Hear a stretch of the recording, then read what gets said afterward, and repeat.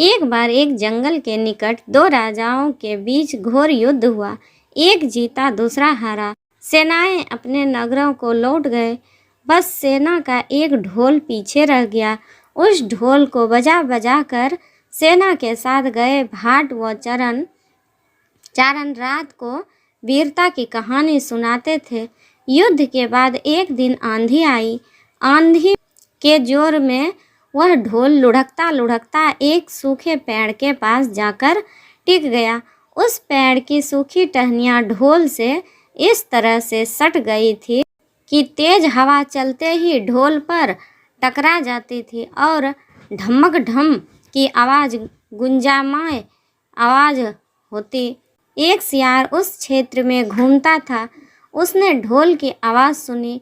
वह बड़ा भयभीत हुआ। ऐसी अजीब आवाज़ बोलते पहले उसने किसी जानवर को नहीं सुना था। वह सोचने लगा कि यह कैसा जानवर है जो ऐसी जोरदार बोली बोलता है।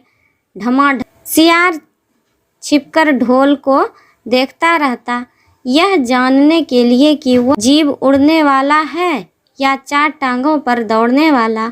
एक दिन सियार झाड़ी के पीछे छुपकर ढोल पर नज़र रखे थे। तभी पेड़ के नीचे उतरती हुई एक गिलहरी कूदकर ढोल पर उतरी। हल्की सी छम की आवाज़ भी हुई। गिलहरी ढोल पर बैठी दाना कुतरती रही। सियार बड़बड़ाया, ओह, तो यह कोई हिंसक जीव नहीं है। मुझे भी डरना नहीं चाहिए। सियार फूंक फूंक कर कदम रखता ढोल के निकट गया। उसे सूंघा। ढोल का उसे ना कहीं सिर नजर आया और ना पैर। तभी हवा के झोंके से टहनियाँ ढोल से टकराई। ढम की आवाज़ हुई और सियार उछलकर पीछे जा गिरा।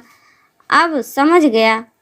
सियार उठने की कोशिश करता हुआ बोला, यह तो बाहर का खोल है, जीव इस खोल के अंदर है। आवाज़ बता रही है कि जो कोई जीव इस ढोल के भीतर रहता है वह मोटा ताजा होगा, चर्बी से भरा शरीर। तभी से ढम ढम की जोरदार बोली बोलता है। अपनी मांद में घुसते ही सियार बोला, ओ सियार, दावत खाने के लिए तैयार हो जा। एक मोटे ताजे शिकार का पता लगा कर आया हूँ। सियारी पूछने लगी, तुम उसे मारकर क्यों नहीं लाए? सियार ने उसे झिड़की दी, क्योंकि मैं तेरी तरह मूर्ख नहीं हूँ। वह एक खोल के भीतर छिपा बैठा है। खोल ऐसा है कि उसमें दो तरफ सूखी चमड़ी के दरवाजे हैं और एक तरफ से हाथ डाल उसे पकड़ने की कोशिश करता तो वह दूसरे दरवाजे से भाग जाता। चांद निकलने पर दोनों ढोल की ओर गए। जब वे निकट पहुँचे ही थे कि फिर हवा की टहनियों ढोल पर टकराई और ढम ढम की आवाज़ निकली। सियार सियारी कान में बोला, सुनी उसकी आवाज़, जरा सोच, जिसकी आवाज़ ऐसी गहरी है वह खुद कितना मोटा ताजा होगा। दोनों ढोल को सीधा कर उसके दोनों ओर बैठे और लगे दांतों से ढोल के दोनों चमड़ी वाले भाग के किनारे फाड़ने। जैसे ही चमड़ियाँ काटने लगी, सियार बोला, होशियार रहना, एक साथ हाथ अंदर डाल शिकार को दबोचना है।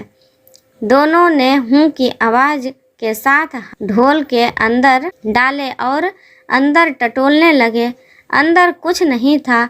एक दूसरे के हाथ ही पकड़ में आए। दोनों चिल्लाए, हाँ, यहाँ तो कुछ नहीं है, और वे माथा पीट कर रह गए।